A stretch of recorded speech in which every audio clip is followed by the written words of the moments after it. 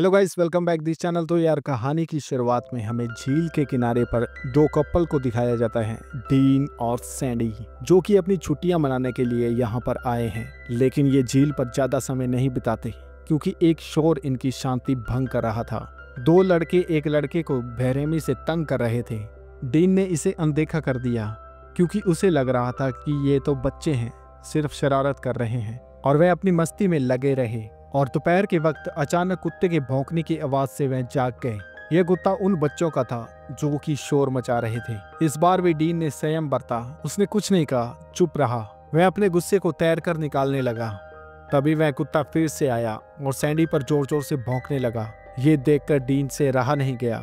वह आत्मविश्वास के साथ बच्चों के पास गया और विनम्रता से उन्हें कुत्ता संभालने के लिए कहा। लेकिन वे बच्चे इतने हरामी थे, बच्चों ने इससे हल्के में लिया और लगातार उसका मजाक उड़ाते रहे। मजाक के साथ साथ उन्होंने सैंडी को गालियां दी।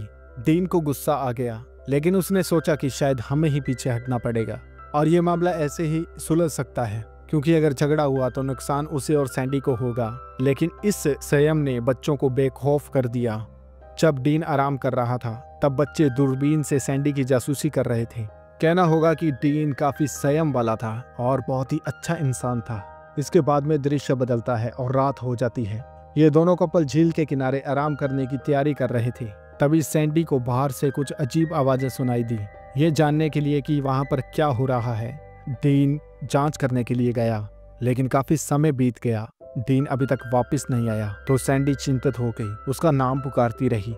अजीब बात यह थी कि कई बार पुकारने के बावजूद डीन वापस नहीं आया और ना ही उसका कोई जवाब मिला।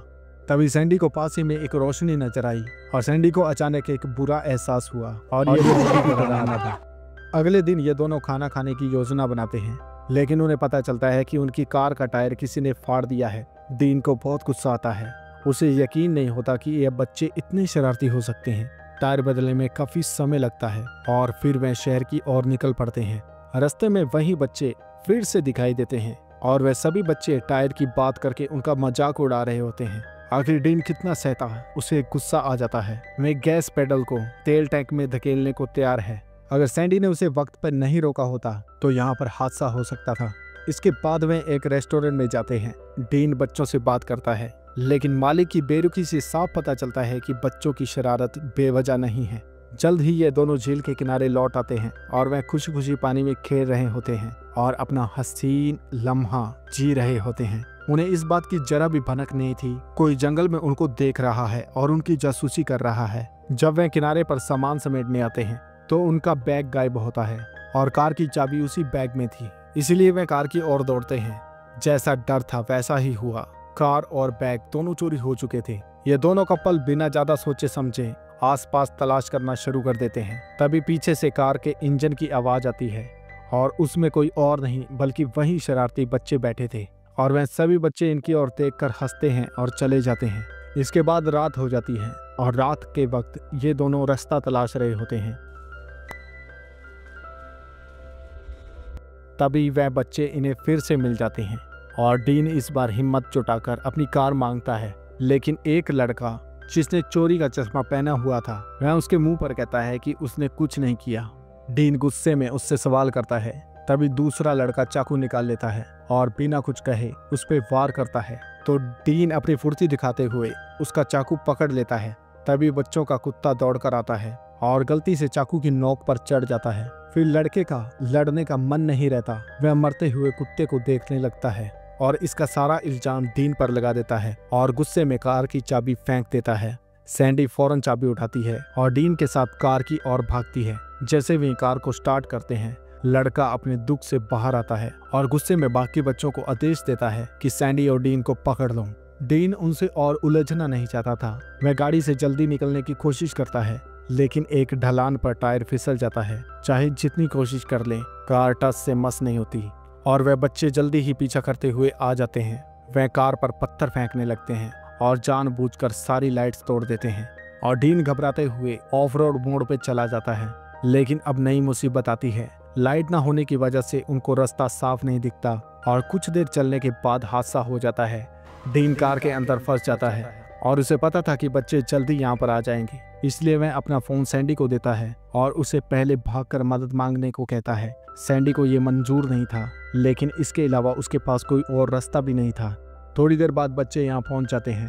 डीन को कार में देखकर वह शीशा तोड़ देते हैं। इसके बाद दृश्य बदलता है और अगला दिन शुरू होता है। सैंडी सावधानी से कार की ओर वापस लौटती है, लेकिन डीन वहां पर नहीं था। जाहिर है कि बच्चों ने उसे पकड़ लिया।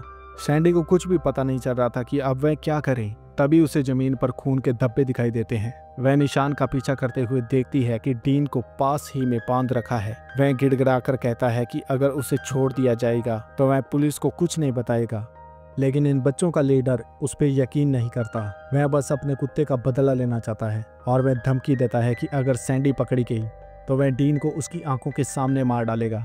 और फिर वह एक चाकू निकालता है और एक लड़के को डीन को चोट पहुंचाने के लिए कहता है। साथ ही वह एक लड़की को यह सब फोन पे रिकॉर्ड करने को कहता है। पहले तो लड़का ऐसा करने से हिचकिचाता है, लेकिन उस बड़े लड़के के दबाव से उसे डीन पर चाकू का वार करना पड़ता है। डीन के शरीर पर गहरा घाव हो जाता है। इतना ही नहीं, वह बड़ा लड़का बच्चों को बारी बारी से चाकू मारने को कहता है और ये देखकर सैंडी का दिल टूट जाता है। वह अपने फोन से रेस्क्यू सिग्नल ढूंढने की कोशिश करती है। शायद भगवान की मेहरबानी थी कि सिग्नल मिल जाता है। वह फौरन कॉल करती है, लेकिन हैरानी की बात यह थी कि यह फोन उसी बड़े लड़के के पास बजता है और यह सिग्नल उसने जानबूझकर छोड़ा था। सैंडी समझ जाती है कि वह पकड़ी गई। वह जान बचाकर भागती है। बच्चे साइकिल से उसका पीछा करते हैं। सैंडी जानती है कि जरा सी भी देरी हुई तो वह पकड़ी जाएगी, इसलिए वह जंगल में घुस जाती है और एक डंडे से बच्चे को गिरा देती है।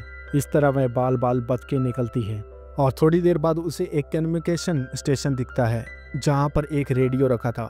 ये देखकर उसकी उम्मीद जागती है, लेकिन अफसोस वह जगह जंजीर से बंधी हुई थी। वह औजार से उसे खोलने की कोशिश करती है, लेकिन गलती से नीचे गिर जाती है। तभी बच्चे वहां पर पहुंच जाते हैं और सैंडी के पास भागने का कोई रास्ता नहीं बचता, तो वह सांस रोककर एक तरफ छिप जाती है। बच्चे इधर उधर तलाश करते हैं, लेकिन सौभाग्य से सैंडी पहले ही छत के ऊपर चढ़ जाती है और दूसरी तरफ बच्चों को पता चलता है कि डीन गायब है। और ये सुनने के बाद वह बड़ा लड़का सैंडी को छोड़कर उस तरफ चला जाता है। इसी बीच डीन की हालत बहुत खराब थी। वह कार में रखी पट्टियों से अपना घाव बांधने की कोशिश करता है, लेकिन गलती से कार का अलार्म बज जाता है। आवाज पूरे जंगल में गूंजती है और वह सारे बच्चे उसी तरफ दौड़ पड़ते हैं। डीन चाहता है कि वक्त कम है। वह मेडिकल का सामान लेकर जल्दी से भागता है। उसी वक्त सैंडी वहां पहुंच जाती है। डीन को लगता है कि बच्चे आ गए और वह गलती से सैंडी पर हमला करने वाला होता है, लेकिन किसी तरह से एक दूसरे को देख लेते हैं। फिर ये दोनों हिम्मत करके रास्ता ढूंढने के लिए आगे बढ़ते हैं। थोड़ी देर बाद वह एक छोटे से लकड़ी के कैबिन के पास पहुंचते हैं। डीन को खून रोकने की सख्त जरूरत है। सैंडी सोचती है कि घाव को बांधकर आगे बढ़ेंगे, लेकिन अभी वह कुछ कर पाते। बच्चे वहां पर आ जाते हैं और चुपके से कैबिन की ओर बढ़ते हैं। सैंडी बहुत चालाकी से कैबिन के नीचे छिप जाती है, लेकिन जमीन पे खून के धब्बे देखकर वह बड़ा लड़का समझ जाता है कि वह ज्यादा दूर नहीं गए होंगे। जैसे ही बच्चे जाने वाले होते हैं, एक बच्चा गलती से लकड़ी के तख्ते को तोड़ देता है, लेकिन सौभाग्य से कोई नीचे नहीं देखता, वरना सैंडी का अंत यहीं पर तय था। बच्चों के यहाँ चले जाने के बाद सैंडी मेहनत से डीन को ऊपर की ओर खींचती है और वह देखती है कि डीन अब होश खो रहा है। सैंडी अकेले रास्ता ढूंढने का फैसला करती है। जल्द ही उसे कुछ हाई वोल्टेज बिजली का टावर दिखता है। ये देखकर वह बहुत खुश होती है, क्योंकि उसे लगता है कि इन टावरों का पीछा करने से उसे रास्ता मिल जाएगा। लेकिन यह रास्ता इतना आसान नहीं था। वह 2 कदम ही चली थी, तभी उसे कुछ एहसास होता है। वह तेजी से भागती है, लेकिन उसके पैर में कुछ नुकीली चीज घुस जाती है। सैंडी हार नहीं मानती। वह पहले झाड़ियों में छिपती है और फिर दर्द सहते हुए अपने पैर से वह नुकीली चीज निकालती है।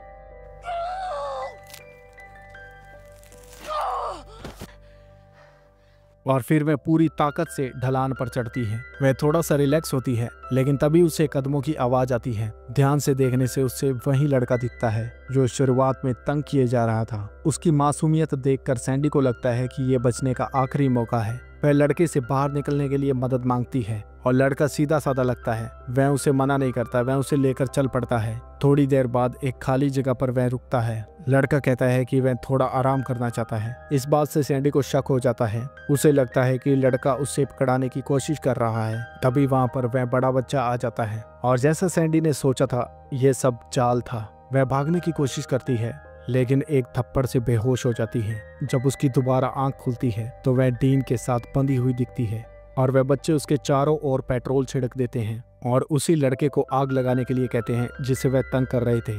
जैसे ही आग भड़कती है, सैंडी अपने प्रेमी को जलकर मरते हुए देखती है और अपने आप को छुड़ाने की कोशिश करती है। वह हार नहीं मानती। जब वह बच्चे आपस में हंस रहे होते हैं तभी उसी आग से रस्सियां टूट जाती हैं और सैंडी यहाँ से भागने लगती है, लेकिन वह लड़का उसे देख लेता है। लेकिन तभी वह पेट्रोल का डिब्बा लुढ़काते हुए अपने बीच आग लगा लेती है ताकि वह बच्चे उनका पीछा न कर सके। तभी एक लड़का सैंडी को धमकाता है कि अगर तुम नहीं रुकी तो हम इस बच्चे को मार देंगे। लेकिन अब सैंडी किसी पे भरोसा नहीं करती और यहाँ से भाग जाती है और पीछे मुड़ के देखने पर उसे पता चलता है कि उन शरारती बच्चों ने उस मासूम लड़के को जला दिया है और उन्हें उस पे जरा सी भी दया नहीं आती। और ये बात सैंडी को अंदर से झिझोड़ देती है। थोड़ी देर बाद उसे एक बिलबोर्ड दिखता है जिसमें एक नक्शा था। वह शीशे को तोड़कर नक्शा निकालती है, लेकिन रास्ता ढूंढते वक्त उसे बच्चों की आवाज सुनाई देती है। ये आवाज उसके काफी करीब थी, इसलिए वह एक डस्टबिन में छिप जाती है। भले ही उस डस्टबिन में बहुत ही गंदी स्मेल आ रही थी। तभी वह बच्चे यहाँ पर पहुंच जाते हैं और वह देखते हैं कि नक्शा गायब है। वह कूड़ेदान की जांच करने लगते हैं, लेकिन उसमें इतनी गंदी बदबू थी कि वह पीछे हट जाते हैं और उन्हें लगता है कि सैंडी यहाँ से भाग गई होगी, तो वे आगे निकलते हैं। फिर सैंडी मुश्किल से बाहर निकलती है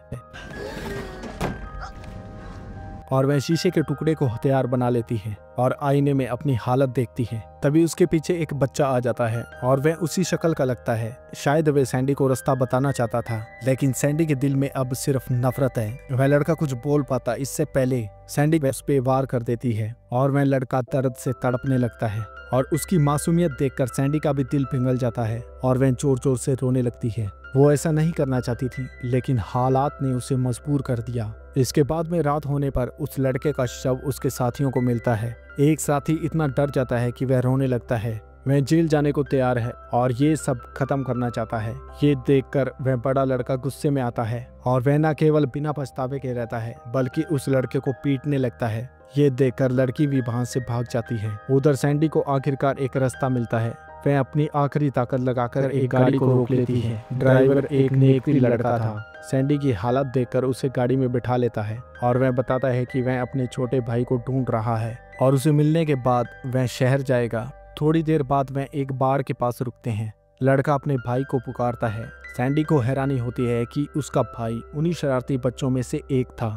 पकड़े जाने से पहले वह गाड़ी लेकर यहाँ से भागती है। रास्ते में उसे एक जाना पहचाना चेहरा दिखता है और वह बिना दया किए उसे जोर से टक्कर मार देती है। इस टक्कर में उसका सारा गुस्सा निकलता है। जल्दी वह एक छोटे से शहर में पहुंचती है। जल्दबाजी में वह अपने सामने गाड़ी नहीं देख पाती और उसकी गाड़ी बेकाबू होकर दूसरी गाड़ी से टकरा जाती है। पास से कुछ आवाजें आती हैं। सैंडी अपने बचे कुछ होश से अपने आप को खींचती है। आवाज एक पार्टी से आ रही थी। वह मदद मांगती है और जब वह दोबारा होश में आती है तो उसके चारों ओर लोग जमा हैं। तभी एक कुत्ता भौंकता है। सैंडी को वह कुत्ता जाना पहचाना लगता है। उसकी नजर जमीन पर पड़े दो कुत्तों के बर्तनों पर पड़ती है, जिस पर उस कुत्ते का नाम लिखा था और जिसे डीन ने गलती से मारा था। और उधर एक औरत को फोन आता है जिसके चेहरे से साफ पता था कि उसे कोई बुरी न्यूज मिली है। सैंडी को कुछ गड़बड़ लगती है। वह तुरंत बाथरूम में जाने को कहती है। अंदर जाकर वह दरवाजा बंद कर देती है, लेकिन जैसे उसे डर था वैसा ही हुआ। बाहर मौजूद लोग उन बच्चों के परिवार वाले थे जिन्होंने सैंडी को तंग किया था। जल्द ही दरवाजे पर दस्तक होती है और एक पिता की गुस्से भरी चीख सुनाई देती है। आखिरकार बाथरूम का दरवाजा तोड़ दिया जाता है और वह बड़ा लड़का भी वहां पे खड़ा था। एक माँ इतनी गुस्से में थी कि सैंडी पर टूट पड़ती है और उसे मारने पीटने लगती है। सैंडी सच बताती है, लेकिन उस बड़े लड़के का पिता उस पर यकीन नहीं करता। अपने बच्चों को जेल से बचाने के लिए वह सभी मिलकर सैंडी को बाथरूम में बेरहमी से मार डालते हैं। और सबसे गुस्सा दिलाने वाली बात तो ये थी कि वह बड़ा लड़का ये सब खड़ा देख रहा था और मुस्कुरा रहा था। उसने फोन से अपनी सारी रिकॉर्डिंग मिटा दी और सभी सबूत खत्म कर दिए और उसका कोई कुछ नहीं बिगाड़ पाया। कुछ बच्चे बच्चे होते हैं और कुछ बच्चे शैतान। और इसी के साथ इस कहानी का अंत होता है। तो आपको ये वीडियो कैसी लगी कमेंट बॉक्स में जरूर लिखेगा। तो मिलते हैं फिर नेक्स्ट वीडियो में, तब तक के लिए गुड बाय।